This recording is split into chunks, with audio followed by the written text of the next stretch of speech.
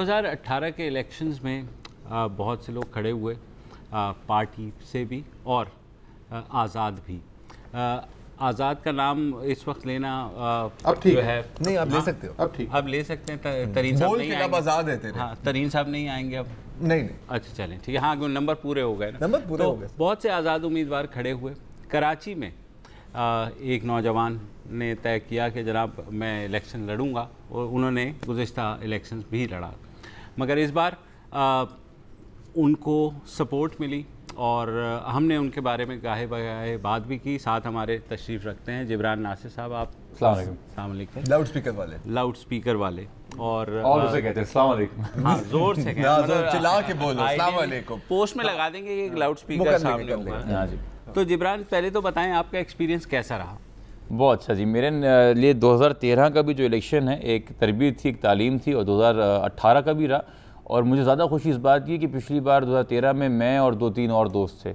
इस बार हमने एक टीम के साथ लड़ा, जो कि टीम की एवरेज एज थी 18-19 साल। वो नौजवान जो बहुत जल्द अब ये जान चुके हैं कि इलेक्शन क्या होता है, मरला क्या होता है, ऐसे गली मोहल्लों में जाके उन्होंने लोगों से बात की जिनका उन्होंने कभी नाम ही सुना था, एक अपने बबल ऑफ स्पेस से निकल के बाहर। दूसरी तरफ हमारे पास हर डाइवर्सिटी और बैकग्राउंड के लोग थे, उनकी आपस में एक बॉन्डिंग और मिक्सिंग भी हुई। जो मुझे थोड़ा बहुत सियासी शऊर 24 साल की उम्र में आना शुरू हुआ था, ये काफ़ी हद तक जो है मुझे पार कर चुके हैं 18-19 साल की उम्र में।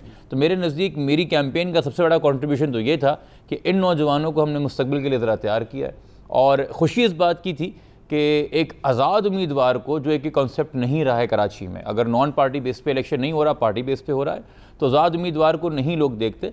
मगर जहाँ हमने प्रोविंशियल के अंदर मुत्तहदा कौमी मूवमेंट हो या PSP हो या GD हो या TLP हो, इससे ज़्यादा वोट बैंक लिया, नून लीग से 300 वोट से पीछे रह गए, 1-2 हज़ार के वोट से MMA और पीपल्स पार्टी से पीछे रह गए, तो हमने मेरे ख्याल में कदम जमाए हैं अपने अच्छे इस बार हल्के के अंदर। कदम की बात कर रहे हैं, 2013 में आपको कितने वोट पड़े थे? 2013 में 433 वोट पड़े थे PS में और 259 वोट पड़े थे NA में। और इस बार तकरीबन 1200-1300% इंक्रीज़ के साथ 6400 वोट NA के अंदर और 6100 PS में।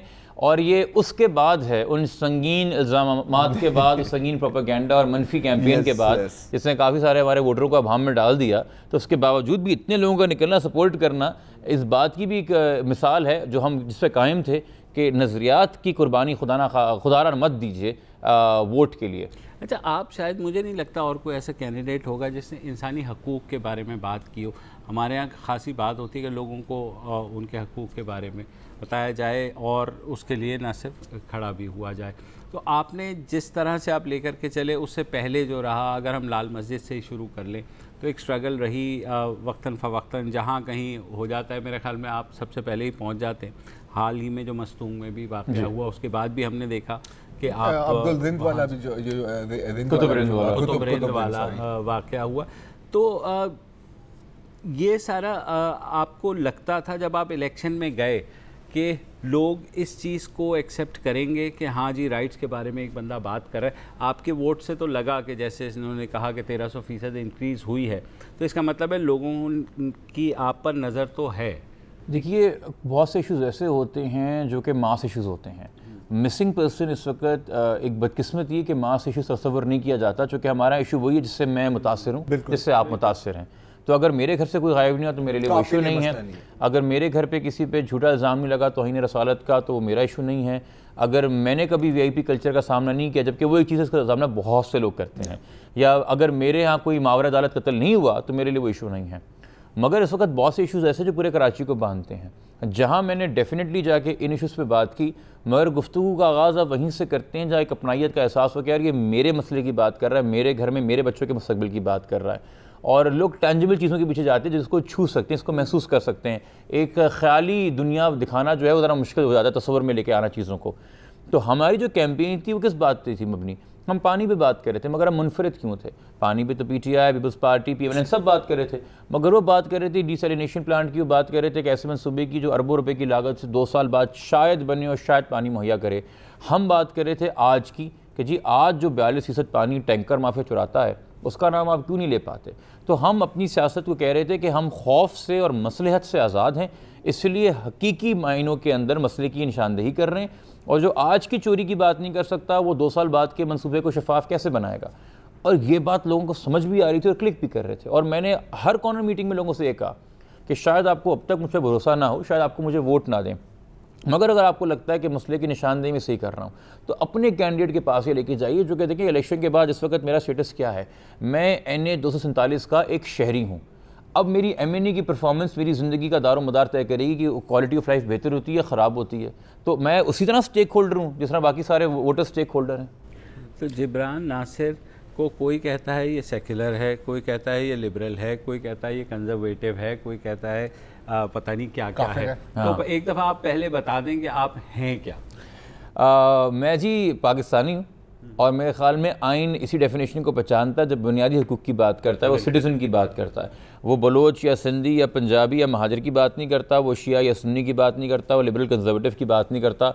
वो कहता है यार जीने का हक तुम्हें है, राइट टू प्राइवेसी तुम्हें है, राइट टू फेयर ट्रायल तुम्हें है, जबरी गुमशुदगी से बचना तुम्हें चाहिए, फ़र्ज़ है रियासत के ऊपर कि तुम्हें उससे महफूज रखे, आमदरफ्त की इजाज़त है, तिजारत की इजाज़त है। मैं उस डेफिनेशन के अंदर आता हूँ जो कि वो एक डेफिनेशन से हम चारों आ सकते हैं। मैंने अपना कोई तारुफ और बता दिया तो आप तीनों रह जाएंगे उस डेफिनेशन से। अच्छा, ये अब बात कर रहे हैं प्रोपेगेंडा की, आपने बात की थी जितना प्रोपेगेंडा हुआ था। अब यार 2013 में अगर मैं आपकी सियासी मुखालफिन की नज़र से देखूं, 2013 में बंदे को कितने वोट मिले हैं? 1200 मिला, कुल 1300, 650। चलो साढ़े, मतलब ऊपर नीचे दोनों मिला के ओके सही है, बहुत ही बुरी परफॉर्मेंस। ठीक है ओके फाइन, 650। तो इतनी टेंशन क्यों? मतलब वो ये जो सारा प्रोपेगेंडा था आपकी नज़र में, और घेराव भी हुआ है, ठीक ठाक हुआ है, हमने चलाया भी था, ये आपकी सियासत को कमज़ोर करने के लिए था या उनकी सियासत को चमकाने के लिए था? मेरे ख्याल में दोनों चीज़ें हैं, बट ज़्यादातर फ़ायदा देखिए हमें इसकी वजह से हुआ कि एक तो उनको पता है कि आइडियोलॉजिकल अपोजिशन ये एक है। मैं नाम नहीं लेना चाहता, आप जिस बड़ी पार्टी का नाम लेंगे उसका सदर कभी ना कभी दबाव के अंदर आके अपने अक़ीदे की वजाहत के लिए किसी दूसरे अक़ीदे को गैर मुसलमान कह चुका है या कहने पे मजबूर हो चुका है। उनके मिनिस्टर्स पार्लियामेंट में खड़े होकर बातें कर चुके हैं। वो उनको पता है कि जिस दहशत पे वो खेलते हैं, जिस खौफ पे वो खेलते हैं, अल्हम्दुलिल्लाह मैं उससे आज़ाद हूँ, मुझे उसका फ़िक्र नहीं है। तो उनको पता है कि आइडियोलॉजिकल अपोजिशन ये क्लियर नैरेटिव है। चूँकि जब आप ये बात कह देते हैं ना कि फ़लाँ को काफिर बोलो और मैं कहता हूँ मैं नहीं बोल रहा, तो आप डायलॉग की कन्वर्सेशन चेंज कर देते हैं, आप उनकी आइडियोलॉजी की जड़ें हिला देते हैं। क्या मतलब ये नहीं बोल रहा कि तो फॉर ग्रांटेड था, फॉर गिवन था कि नहीं हो गया।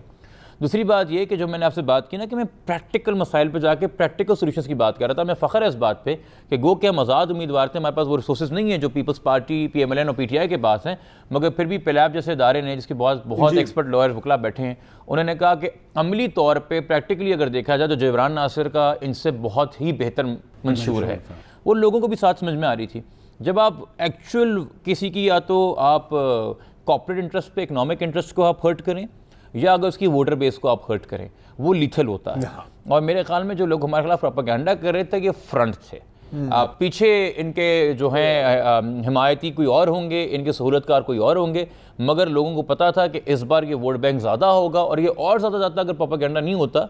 बट वो आसानी क्या हुई कि देखें 2013 में मेरा तारुफ था, मेरे ख्यालात, 2018 में मेरे पास थोड़ी बहुत कारकर्दगी थी, थोड़े बहुत इशू से मैं खड़ा हुआ था, थोड़े बहुत केसेस मैंने काम किए हुए थे, लोगों को थोड़ा बहुत तारुफ और भरोसा था कि कौन है और क्या कर रहा है और एक सोल्यूशन किस प्रॉब्लम का लेके आया है।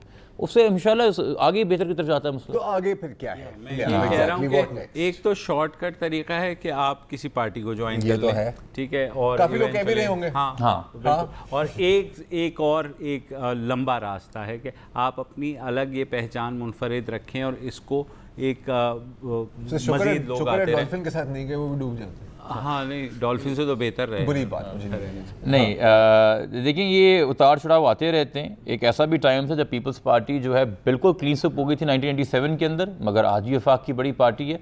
तो आई एम श्योर डॉल्फिन का भी कोई ना कोई मुस्तकबिल है शहर के अंदर अगर वो काम करते रहेंगे। क्योंकि हमें कहा ना कि सहूलतकार की हम जब बात करते हैं और बहुत सारे अदाकारों की बात करते हैं जो पर्दे के पीछे और हिदायतकार की बात करते हैं तो बहुत सारे फैक्टर्स होते हैं। आई एम श्योर हर एक का किसी ना किसी का एक कराची के अंदर स्टेक और वो शायद आगे आए इस लिहाज से।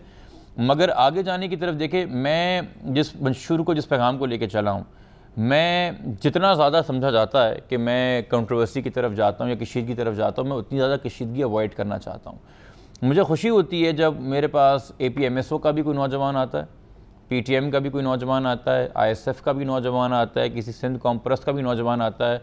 इन्होंने आके वॉलंटियर भी किया, इन्होंने बोला भी कि हम दूसरी पार्टी के मेंबर्स हैं, वोटर्स हैं, मगर आपको हम सपोर्ट करने या वॉलंटियर करने हैं because we believe you are running a very good campaign. और इसी को आगे लेते हुए हम एक अवाम मूवमेंट का हमने एक प्लेटफॉर्म बनाया है जिसमें हम तंजीम साजी अब कर रहे हैं। एक सोशल मूवमेंट है, कोई पॉलिटिकल पार्टी फ़िलहाल नहीं है ये, ताकि तमाम जमातों के लड़के इसमें आके, लड़कियां आके इसमें काम कर सकें। और हमारा जो बेसिक बुनियादी लॉन्ग टर्म मेरी ख्वाहिश है कि मैं इस मूवमेंट के तहत क्या पैगाम आम कर सकूं, वो है सिविलियन सुप्रीमेसी। डेमोक्रेसी को, जमहूरियत को मजबूत करना है। उसके लिए ज़रूरी है कि हम सब इस बात पे राज़ामंद हों कि सिविलियन सुप्रीमेसी उसका वाहिद हल है। और उसके लिए बहुत ज़रूरी है कि नौजवान को, तालिब इल्मों को सिटीज़नशिप एजुकेशन दी जाए कि शहरी होना होता क्या है, शहरी और रियासत के बीच में रिश्ता क्या है। पाकिस्तानी होने का मतलब जन्नती होना नहीं है। मुसलमान पूरी दुनिया में रहते हैं। पाकिस्तानी होने का मतलब है कि इस रियासत की कुछ जिम्मेदारियां हैं आपकी तरफ, जो मेरी जिम्मेदारियां रियासत की तरफ है तो मैं पूरी कर रहा हूँ। मैं टैक्स भी दे रहा हूँ, मैं कानून भी फॉलो कर रहा हूँ, मैं शनाख्ती कार्ड भी लेके घूम रहा हूँ, पासपोर्ट भी लेके घूम रहा हूँ। क्या रियासत मेरी जिम्मेदारियाँ पूरी कर रही है? क्या ये जमहूरियत मेरे लिए काम कर रही है? तो इस जमहूरियत को समझाना, इसको ट्रांसपेरेंट बनाना, उसके लिए ज़रूरी है कि नौजवानों को एक तो एजुकेट किया जाए और साथ में एजुकेशन के साथ साथ उनको वो टास्क भी दिए जाए जो हमें इस तरफ लेके जाएंगे। और अगर मैं बात कर रहा हूँ बार बार बुनियादी हकूक़ की, तो मेरे ख्याल में इससे पहले हम ये बहस छेड़ें कि क्या मज़हब और अक़ीदे की आज़ादी है कि नहीं, आमदोरफ्त की आज़ादी है कि नहीं, तिजारत की आज़ादी है कि नहीं, एक इंसाफ की क्या कहते हैं अदालत के सामने आज़ादी है कि नहीं। बुनियादी जो आज़ादी आपको चाहिए वो है ज़िंदा रहने की, जिसके लिए बुनियादी जो ज़रूरत है वो है पानी। जो इस वक्त कराची से लेके बरोगल तक और गवादर से लेके खुंजराब तक अलग अलग नौइयत पे इशू डेवलप हो रहा है, जिस पे हमारी सुप्रीम कोर्ट भी ड्रास्टिक मेजर्स दे रही है, हमारी हुकूमतें भी बहुत बात कर रही हैं। और इस बुनियादी हकूक़ के ऊपर मेरे ख्याल में हम चाहते हैं, और चूँकि ये हर एक का इशू है, तो मैं दावत देता हूँ PTI के नौजवानों को, मैं दावत देता हूँ मुत्तहदा मजलिस अमल के नौजवानों को, MKM के नौजवानों को, पीपल्स पार्टी के नौजवानों को, एक समाजी तहरीक के ज़रिए आके हम इसको आगे लेके चलें। और पानी के मसले के ऊपर जो हमारे मसाइल हैं, जिस तरह कराची में टैंकर माफिया है, बिल्कुल बहुत बड़ा कॉर्पोरेट माफिया पंजाब में है, जो कि जो मिनरल वाटर हम पीते हैं, सर मिनरल वाटर पर टैक्स आप दे रहे हैं, सेल्स टैक्स आप दे रहे हैं, मिनरल वाटर की कंपनी उस पर क्या टैक्स दे रही है? क्या कोई ग्राउंड वाटर रूल है जो पानी निकालने पे कहता है कि टैक्स दिया जाए? या ये अरबों कमा रहे हैं? जो आज फैसलाबाद में पहला ग्राउंड ऑक्यूफायर पोल्यूट हो चुका है, लाहौर के इर्द गिर्द आपको बीमारियां मिल रही हैं, इवन नदन एरियाज में पारा चिनार के अंदर एक दोस्त कह रहा है कि हमारा टैंकर डलता है। मैंने कहा तुम्हारा तो पहाड़ों का पानी होगा। कहते हैं कोई रिजर्वायर होगा तो पानी रुकेगा ना, पानी तो बह जाता है। तो मुझे आप बताएं 2025 में जो कहा जाता है कि पाकिस्तान में पानी ख़त्म है, तब लिबरल कंजर्वेटिव की लड़ाई नहीं है, सही बात। तब ये पानी का कैन किसके घर जाएगा इसकी लड़ाई है, और हम सब उस लड़ाई में शामिल होंगे। उस लड़ाई को टहलना है हमने, उसका इलाज निकालना है।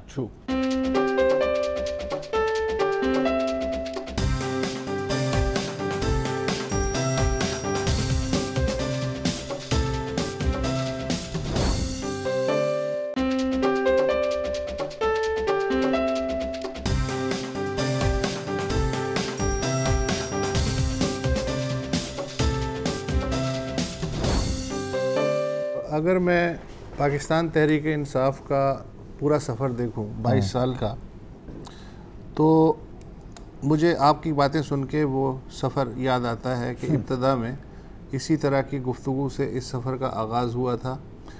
अच्छा, जो नौजवान वोट है बल्क 65%, वो उसके पास कोई चॉइस नहीं थी, तो एक थर्ड चॉइस PTI की शक्ल में उसके सामने आई, और अब नतीजा आपके सामने है।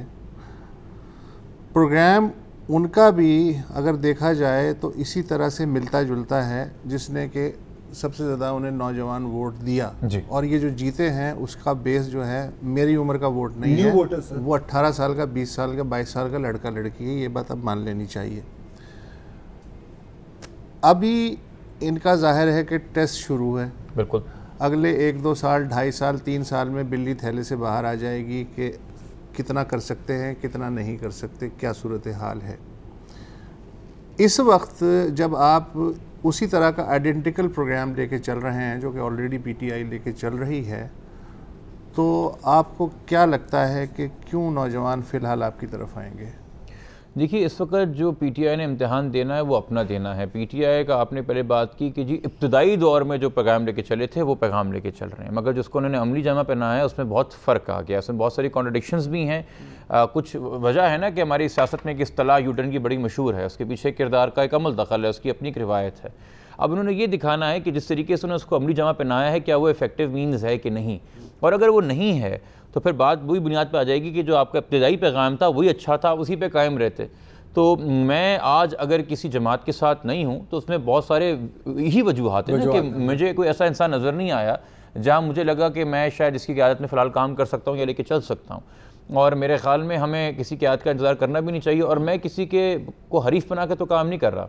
मैं तो यहाँ पे जमात के लोगों को भी दावत दे रहा हूँ, मैं यहाँ पे मुत्तहिदा के लोगों को भी दावत दे रहा हूँ, और उन नौजवानों को जो इनमें से किसी सियासी पार्टी में अपना मुस्तकबिल नहीं देखते। चूँकि पानी, मैंने फिर से कहा, सबका इशू है, और उसके ऊपर बहुत सारी चीज़ें ग्राउंड और देखें, चूँकि डेवोल्यूशन ऑफ पावर्स भी है। पीटीआई पंजाब में शायद हुकूमत बना ले, वफाक में आएगी, मगर सिंध में तो पीपल्स पार्टी है, बलूचिस्तान में इत्तेहाद हो मगर रूल तो बाप करेगी, फिर जीबी के अपने मसाइल हैं, इशूज़ हैं, वहाँ से भी हमारी पानी की सोच सर, उनके अपने भी यहाँ पे इशूज़ हैं। तो हम शुरू तो पानी से करेंगे मगर जाएंगे बाकी बुनियादी इंसानों के हकूक़ की तरफ भी, और यही हमने पैगाम देना है कि क्या 2023 की हम बात करते हैं। मुझे आज एक बात बताएं, आज अगर डॉन अखबार लाहौर में कुछ इलाकों में नहीं दिया जा रहा, आज अगर मेरे घर में डॉक्टर का कहते हैं ये चैनल जियो का बंद है DHA के अंदर और कुछ और इलाकों के अंदर, क्यों सरापा एहतजाज नहीं है अवाम? क्या आवाम को पता है कि इज़हार आज़ादी क्या है, फ्रीडम ऑफ प्रेस क्या है, फ्रीडम ऑफ मीडिया क्या है? क्या हमें ये फील बॉदर करती है कि कैसे हो सकता है कि जमहूरियत में एक काम हो गया? क्यों एक मखसूस तबके को इस बात का गुस्सा आ रहा है? ये बहुत सारी चीज़ें हैं जिन पे मेरे ख्याल में आगाही की ज़रूरत है, और मैं कोई अकले कुल नहीं हूँ, मेरी ख़ुद ट्रेनिंग हुई है, मेरी ख़ुद मुझे मेंटर्स ने, उस्तादों ने सिखाया है। मुझे आज ये एक खुशकिस्मती शामिल है कि मुझे ज़रा हटके पे 3 नामवर सहाफ़ी बुला लेते हैं और एक और नौजवान को किसी को नहीं बुला रहे। आज़ाद तो सर,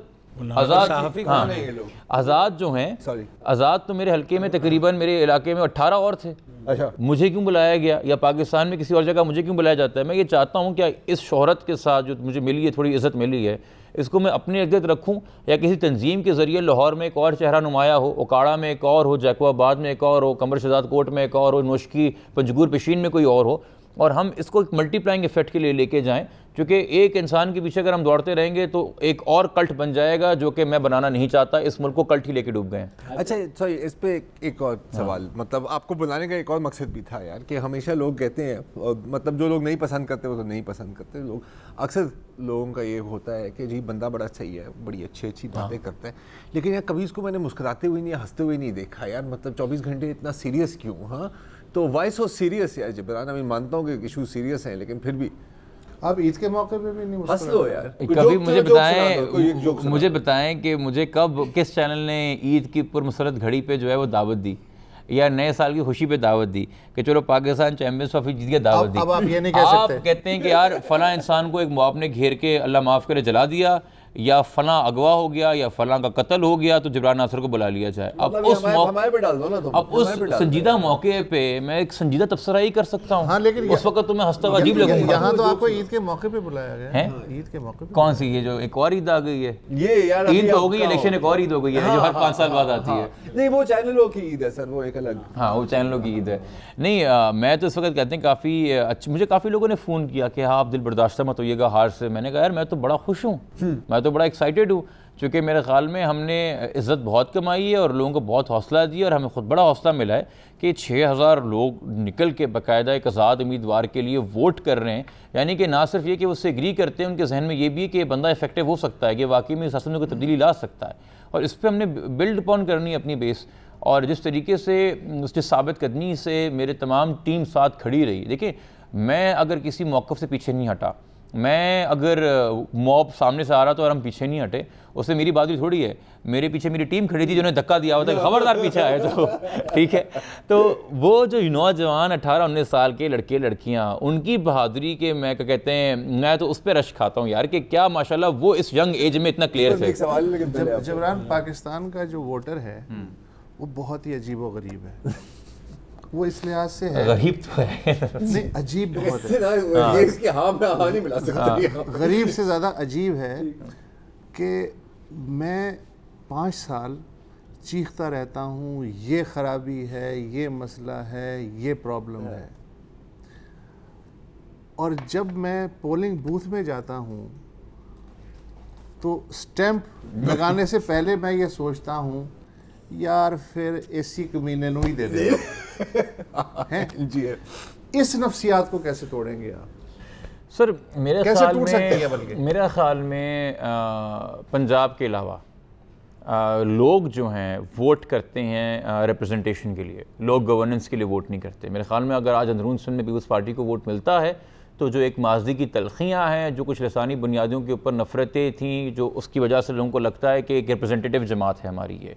अगर कराची में मुत्तहदा को वोट मिलता रहा तो तब भी मिलता रहा जब वो अपोजिशन में थे, तब भी था जब वो गैर फाल थे, तब भी मिला जब वो कह रहे थे कि हमारा मेयर कुछ नहीं कर सकता बगैर इख्तियार के।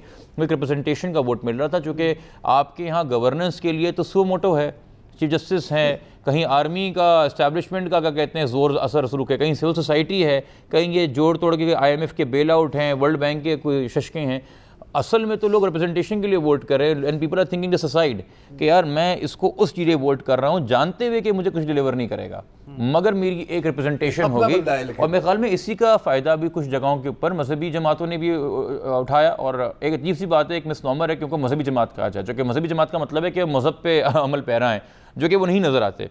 तो जो लोग ये लबादा ओढ़ के सियासत कर रहे हैं उनको भी इस चीज़ का वोट मिला। मेरे ख्याल में कोई खादिम रिजवी से गवर्नेंस का वोट तो एक्सपेक्ट नहीं करता कि अच्छे गवर्नेंस होंगे। उन्होंने तो आज तक इस बात का जवाब नहीं दिया कि मुल्क का कर्जा कैसे उतारोगे। वो वही कह रहे थे ना कि जैसा मुझे चंदा मिला फैजाबाद में, सर उतर जाएगा। तो लोगों को पता है वो प्रैक्टिकल जवाब नहीं है और लोग उस पर वोट कर रहे हैं।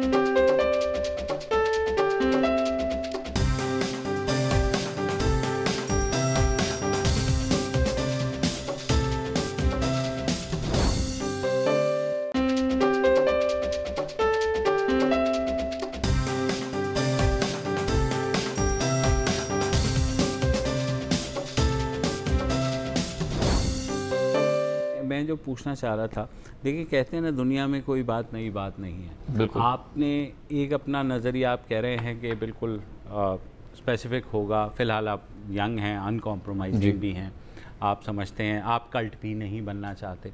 तो जाहिर है कहीं ना कहीं से तो आपको इंस्पिरेशन, आपने किसी को पढ़ा, किसी को किसी ने आपको इंस्पायर किया कि आपने कहा कि हाँ जी ये रास्ता है, ये शख्स जो फला ये अकेला चला था और उसके बाद देखें कहाँ पहुँच गया। अभी मेंटोर की बात नहीं कर रहे थे। वो कौन बंदा है? वो कौन है? देखिए सर, अलग अलग मैं कहूँगा अफराद हैं, अलग अलग मरहले पे ज़िंदगी पे ना आपको अलग अलग लोग करते हैं। मैं चूँकि बतौर वकील काम किया पहले 4-5 साल, मेरी तालीम भी वही थी, तो ज़्यादातर तो वकील मोहम्मद अली जिन्ना साहब से इंस्पायर करते हैं, मगर उस शख्सियत को हमने इस मेंटल में पहुंचा दिया है कि कोई उनसे रिलेट नहीं कर पाता कि यार वो एक अलग ही शख्सियत है जिन्होंने मुल्क बना दिया। तो हम अपने इतराफ़ में देखते हैं। मुझे याद है एक शख्स जिसने बग़ैर ये साबित हुए हुए कि उसका जो क्लाइंट है, जो उसका जिसको रिप्रेजेंट कर रहा है, वो गिल्टी है कि नहीं, और वो सिर्फ उसको बुनियादी हक जो फेयर ट्रायल का है, कम से कम अगर ये गिल्टी है भी उसका राइट टू डिफेंस तो है, मगर सिर्फ उसको डिफेंस करने के लिए उसका कत्ल कर दिया गया, जबकि वो वकील जानता था कि अगर मैंने ये केस लिया तो मुझे कत्ल कर दिया जाएगा। और उसने अपने कत्ल से 2 दिन पहले BBC को इंटरव्यू भी दिया कि ये केस लेना ऐसे जैसे मौत को दावत देना, राशिद रहमान साहब। और आज तक ये नहीं पता कि जुनैद हफीज़ ने तौहीन की थी कि नहीं की। इसी तरीके से भारत के अंदर एक साहब हैं, अल्लाह उनको भी जन्नत नसीब फरमाए, शाहिद आज़मी साहब। उन्होंने जो 2008-9 में जो मुंबई पर हमला हुआ था, उसमें एक मुसलमान भारतीय पर इल्ज़ाम लगा था कि ये टेररिस्ट के साथ शामिल था जो भी अटैक करने आए थे, और उन्होंने वो केस लिया था और ये आर्ग्यू किया था कि बंदा गिल्टी नहीं है, ये इनोसेंट है। उस केस को लेने की वजह से वहाँ पे जो हिंदुत्व के रेडिकल्स हैं उन्होंने शाहिद आज़मी को शहीद किया, और उनके कत्ल के 6 महीने बाद, शहादत के 6 महीने बाद कोर्ट ने कहा कि वाकई आपका क्लाइंट इनोसेंट था। तो ये तो वो कन्विक्शन है कि जब आपको पता है ना कि सच क्या है तो आपने आखिरी हद तक जाना है। मगर ये ऑफकोर्स इंडिविजुअल एग्जाम्पल्स है ऑफ ब्रेवरी। जब मैं बात करता हूँ तंजीम साजी की, तो मेरे जहन में मार्टिन लूथर किंग आता है, जिन्होंने बड़ी खूबसूरत बात की थी कि जो जंग के ख्वाहिशमंद हैं, जिस तरीके से वो तंजीम साजी करते हैं, अमन के ख्वाहिशमंद अफराद को भी उनसे सीख के वैसे तंजीम साजी करनी चाहिए, क्योंकि जो नफरत फैलाते हैं बहुत ज़्यादा मुनज़्ज़म है, और जो मोहब्बत पसंद है वो इतने मुनज़्ज़म नहीं है, वो डिसऑर्गेनाइज होते हैं। अच्छा, लेकिन इवेंचुअली आपको पता है उन लोगों का क्या एंड हुआ जितने एग्जांपल्स आपने कोट की? सर जिनका मैंने नहीं कोट किया ना माजी में, उनका भी वही एंड हुआ, 6 फीट वो भी नीचे है कब्र में। तो फिर जिंदा कोई नहीं बचा। लेकिन एंड क्या हुआ? आज भी मार्टिन लूथर का नाम ले तो रहे। नहीं, आई नो, मैं वैसे एक बात कर रहा हूँ ना कि देखिए, आप देखो मंडेला की मिसाल है कि 27 साल में यार पहाड़ टूट जाता है। सही बात, बिल्कुल पहाड़ टूट जाता है ना, कसम से मंडेला नहीं टूटा। मंडेला नहीं। अच्छा, और उसको ये भी यकीन नहीं था कि वो जिंदा बाहर निकलेगा। उसे ये भी यकीन नहीं था कि दुनिया जो 27 साल पहले थी, जब मैं बाहर आऊंगा तो मैं अकेला होऊंगा या हुजूम होगा, कुछ नहीं पता था उसे, लेकिन वो डटा रहा। तो ये मिसालें तो जिद्दा मौजूद बिल्कुल नहीं। और मंडेला साहब की मिसाल यहाँ पे आती है कि जहाँ मैं ये बात कह रहा हूँ ना कि मैंने सबके लिए काम करना और पानी पे काम करना, और पानी उनके लिए भी है जो मुझ पर फतवे लगाते रहे कुफर के। वहाँ पे ऑफ कोर्स नेल्सन मंडेला जैसी शख्सियत से कहने की अगर मैं बात करूँगा तो मैं जा सकता हूँ, क्या कहते हैं, अंबिया के दौर में, और नबी पाक सल्लल्लाहु अलैहि वसल्लम का जिक्र कर सकता हूँ फतेह मक्का को लेके, या जो तैफ की वादी में जो वाक़या हुआ, जो उन पर औरत कचरा फेंकती थी। मगर मैं अगेन उन वाक़यात की बात करूँगा जो हम में से इंसान है, वो जो ख़ास शर्फ रखते थे। ऑफ कोर्स हम एम्यूलेट नहीं कर सकते, मगर अगर मंडेला एक आम आदमी होते हुए इतना सब्र दिखा सकता है, यानी कि हम सब में वो सलाहियत है अगर हम उतनी कन्विक्शन अपने में पैदा कर सकें तो।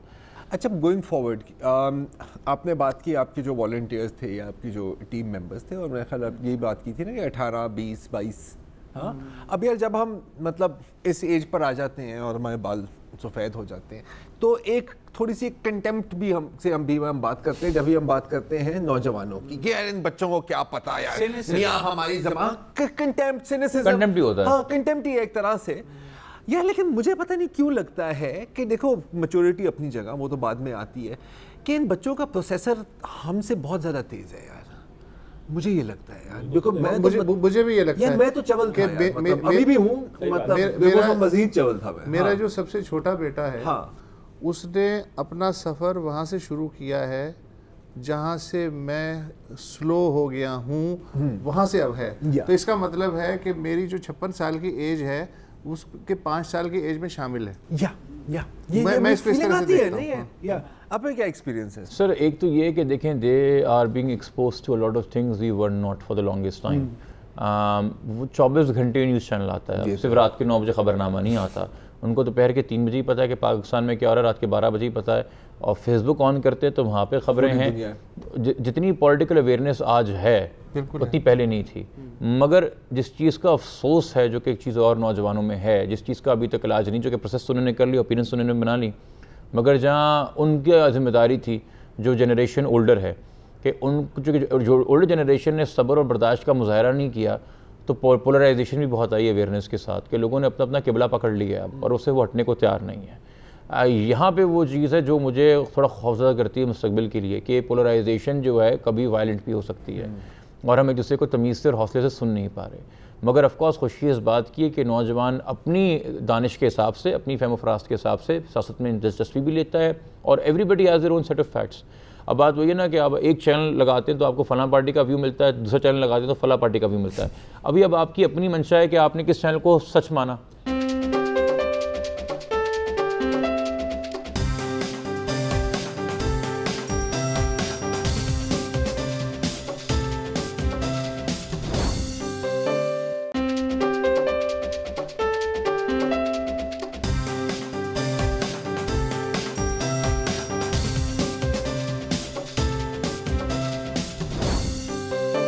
हमारे पड़ोस में ही देख लें, हाँ? मोदी और अब गांव रक्षक से लेकर के और वो जो सारे लोग आ गए, मतलब व्हाट्सएप लिंचिंग हो रही है। तो ये वही जनरेशन है ना जिस सोशल मीडिया या अवेयरनेस जो ये देख करके बड़ी हो रही है। लेकिन अभी तक जो हमने भारत में देखा, जो हमने इवन अमेरिका में देखा फॉर दैट मैटर, तो पूरी दुनिया राइट विंग की तरफ जा रही है, डिस्पाइट द फैक्ट कि इतना एक्सपोजर है। अल्ट्रा राइट, मतलब अल्ट्रा राइट कि आप तो पुरानी राइट विंग आपको लेफ्ट लगती है और रेसिस्ट और मतलब दबा के जो हो सकते हैं। तो इतना ओपन जब एक लावा पक रहा है और वो जा भी गलत जगह रहा है, तो आप उम्मीद करते हैं कि हमारे यहाँ जिस तरह, मतलब आप सोशल मीडिया पे देख लेना, आप कोई एक अपनी राय दे दें, उसके बाद जो है ना आप आधों के नज़दीक आप जो है या तो काफिर हो जाएंगे, बाकी या बिक गए लिफाफे हो जाएंगे, या आप कौमी यूथ से हो जाएंगे, या आपने जो है कॉम्प्रोमाइज़ हो जाएंगे। तो इतने वेरी, जिस पोलराइजेशन की आप बात करें, उस पोलराइजेशन को इस सारी जो एनर्जी जो कि शू शू इधर उधर और गलत नेगेटिविटी में जा रही है, उसको चैनलाइज कर पाएगा? आपके जहन में कुछ ऐसा है? देखिए, बात इतनी सी है ना कि अगर आप किसी को कोई एक्टिविटी नहीं देते तो फिर आप उससे कोई शिकायत नहीं कर सकते कि वो फलां मजलिस में जाके क्यों बैठा है। मेरे नज़दीक अगर आज तहरीक-ए-लब्बैक पाकिस्तान एक फिनोमेना पाकिस्तान में है, मैं उसका नाम इसलिए दूंगा चूँकि अभी तक कोई बर्दाश्त का मुजाहरा किया नहीं खादिम साहब ने। वो बहुत कंक्लूजन पे कूद के जो हैं बहुत ही ऐसे बयान देते हैं जिससे शिद्दत पसंदी नज़र आती है, झलकती है। मगर अगर आज तहरीक-ए-लब्बैक मेरे हल्के में दूसरी बड़ी जमात है तो ये किसकी नाकामी है?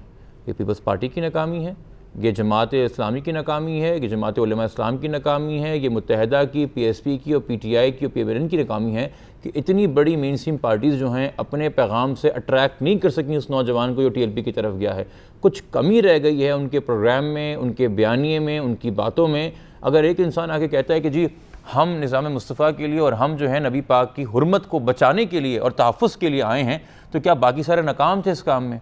बाकी सारे इस काबिल नहीं हैं? क्या इमरान खान और शेख रशीद और नवाज़ शरीफ और बिलावल भुट्टो और फ़ारूक सत्तार इस काबिल नहीं है कि वो काम कर सकें? तो आप अंदाज़ा कीजिए ना कि किस बात के ऊपर लोगों की इमेजिनेशन कैप्चर कर दी जाती है। क्यों? क्योंकि वो आपकी एक डोमिनेंट पॉपुलस है। आज पाकिस्तान में जब कहा जाता है कि यार 50% जो है 30 साल से कम है, तो उसमें कितने बेरोज़गार हैं, कितने स्कूल से बाहर हैं, कितने बग़ैर किसी सेंस ऑफ एसोसिएशन के हैं कि मेरा पर्पस ऑफ लाइफ क्या है। मैं माँ की ताने से तंग हूँ, बाप की ताने से तंग हूँ, गली में हर जाते अंधा पूछता है जी मुंडा बड़ा हो गया करदा की है, ठीक है। वो बंदा तंग है, या वो नशे की तरफ जाएगा, या वो क्राइम की तरफ जाएगा, फरार इख्तियार करेगा, या वो किसी ऐसी राह में लग जाएगा जहाँ से लगता है कि जी एक हायर पर्पस, एक हायर कॉलिंग है, मैं आखिर की तैयारी कर रहा हूँ। इन चीज़ों को समझें, इनके इकोनॉमिक फैक्टर्स भी देखें, इन चीज़ों के पीछे के एक नई थ्योरी आइडियोलॉजी क्यों आती है? बिकॉज लोग चाहते हैं यार कि मेरा मकसद क्या है, मुझे किसी ग्रुप का हिस्सा बनना है, मैं जवाब दे सकूँ लोगों को कि तुम क्या करते हो। इस सवाल का जवाब लोगों के पास नहीं कि तुम सारे वक्त में क्या करते हो। ये बहुत बड़ी बात है। एक फाइनली मैं आपसे एक बात पूछना चाह रहा हूँ, आपने क्योंकि बीच में जिक्र भी किया था और ख़ासा क्रिटिसिज्म भी होता है और उसका ताल्लुक हम लोगों से है, मीडिया। जी, मीडिया किस हद तक नेगेटिविटी फैला रहा है, या मीडिया कोई डायरेक्शन दे रहा है आपके ख्याल में कि नहीं दे रहा? आपने सारे या मीडिया को पता भी है कि वो क्या कर रहा है? एग्जैक्टली सर, अगर मैं ये बात कहता हूँ ना कि जो बहुत से अफराद ऐसे हैं जो मिंबर महराब पे बैठते हैं, उनके सामने एक मजमा होता है हर जुम्मे को, और उनको अपनी ज़िम्मेदारी का एहसास नहीं होता जब वो जुमले अदा कर रहे होते हैं। इसी तरीके से बहुत से ऐसे लोग हैं जो सेक्रेटरी के या DG की पोस्ट पे बैठते हैं ब्यूरोक्रेसी में, और उनको अपनी ज़िम्मेदारी का एहसास नहीं होता कि उन पर कितने लोग रिलाई कर रहे हैं उनकी एफिशिएंसी के ऊपर। इसी तरह लोग पार्लियामान में हैं जो उसका बात का एहसास नहीं करते, और इसी तरह लोग माज़रत के साथ सामने कैमरे के प्राइम टाइम पे बैठे होते हैं जिनको नहीं पता कि उनकी जिम्मेदारी क्या है, उनको नहीं पता कि लोग उनको किस हद तक फॉलो कर रहे हैं, उनको नहीं पता कि वो सेक्सुअल हरासमेंट डिस्कस कर रहे हों, रिलीजियस एक्सट्रीमिज़म डिस्कस कर रहे हों, किसी की अज़वाजी ज़िंदगी डिस्कस कर रहे हों, किसी पे पर्सनल अटैक कर रहे हों, या किसी की नॉर्मल पॉलिटिक्स से बात कर रहे हों। वो ओपिनियन मेकर्स हैं यार। अगर आपकी रेटिंग आ रही है तो आप हिट हो तो आप ओपिनियन मेकर हो, आपको लोग फॉलो करते हैं, आपके तज्ज़िये से लोग सीखते हैं, आपका तज़किया मैटर करता है। और हमारे यहाँ उस वक्त एक लूज़ कमेंट और मूवमेंट के अंदर लोग ऐसी बातें कर जाते हैं जिसका असर जाके आगे बहुत ख़राब होता है। तो ये ट्रेनिंग भी जो है ना, आप मुझे आप बताइए, जब मैं डॉन पे इसी चैनल के अंदर 6 महीने एंकर रहा हूँ, मुझे आज तक इस बात का एहसास है कि मुझे उस 6 महीने में जब किसी प्रोग्राम में बुलाया गया कि जी जर्नलिस्ट जिब्रान नासिर, तो मैंने रुक के कहा कि भाई रुक जाओ, I am not a journalist, I am an anchor. इस फ़र्क को समझें। सहाफ़ी एक बड़ी मोतबर चीज़ होती है, एंकर तो कोई भी ऐसे जैसे बोल बच्चा ना आता है, 4 बातें कर लेगा वो एंकर बन जाएगा। अब यहाँ पे माशाल्लाह नहीं, आप तीनों जो हैं वो एक सहाफ़ती करियर से आए हैं, आप लोगों की अंडर एडिटर्स ट्रेनिंग हुई है। हम SP से SHO बने हैं, मजाक नहीं है। तो एक ट्रेनिंग के साथ आप एक ट्रेनिंग अब ये है कि देखें ना, कभी कभी क्या होता है कि हमने एक रैंडम T20 टूर्नामेंट किया, उसमें एक लड़का हिट हो गया, उसको आपने वर्ल्ड कप स्कोप में डाल दिया। कभी कभी वो चल जाएगा मेन स्टेज के ऊपर। इस तरह के भी बड़े एंकर हैं जो बगैर सहाफ़ती बैकग्राउंड के साथ आए हैं, जो बड़े सीख गए, बड़ा अच्छा काम करते हैं, मगर बहुत से ऐसे ही हैं जो तबाही की तरफ लेके जा रहे हैं। पैराशूटिंग नहीं, तो उसकी देखें इंस्टीट्यूशनलाइजेशन नहीं है। क्या कोई ऐसा फोरम है जहाँ पे डॉन टेलीविजन का एडिटर, जियो का एडिटर, समा का, ARY का, बोल का, सबके एडिटर्स बैठ के एडिटोरियल एक्सचेंज करें कि यार ये सहाफ़त है, ये हमारे व्यूज़ होने चाहिए, हम इस पर अटैक नहीं करेंगे। हमारे यहाँ जब हम अब देखो अफसानवी गुफ्तगू शुरू आउट ऑफ दिस वर्ल्ड किस्म की गुफ्तगू शुरू हो गई है। मरीज को पानी मिला उस पर ही बात कर लेते हैं यार। वाइंड अप करें। I think wind up. Jibran ये बताइए आपकी शादी हुई है? अभी तक नहीं सर। नहीं हुई है, मत कीजिएगा, इसलिए कि बगैर मुस्कुराहट के और जिस तरह के आपके लक्षण हैं मुझे नहीं लग रहा कि वो शादी चलेगी। तो मैं चाह रहा हूँ कि जिंदगी में मुस्कुराने के कुछ बहाने आ जाए, इसे शायद कर लेनी चाहिए। और इसी बात पर मैं साले के शो को वाइंड अप कर लेते हैं। इससे पहले कि हमको ऐसी बात करते हैं कि हम भी वाइंड अप हो जाए। हाँ, घर भी जाना होता है ना। I love you.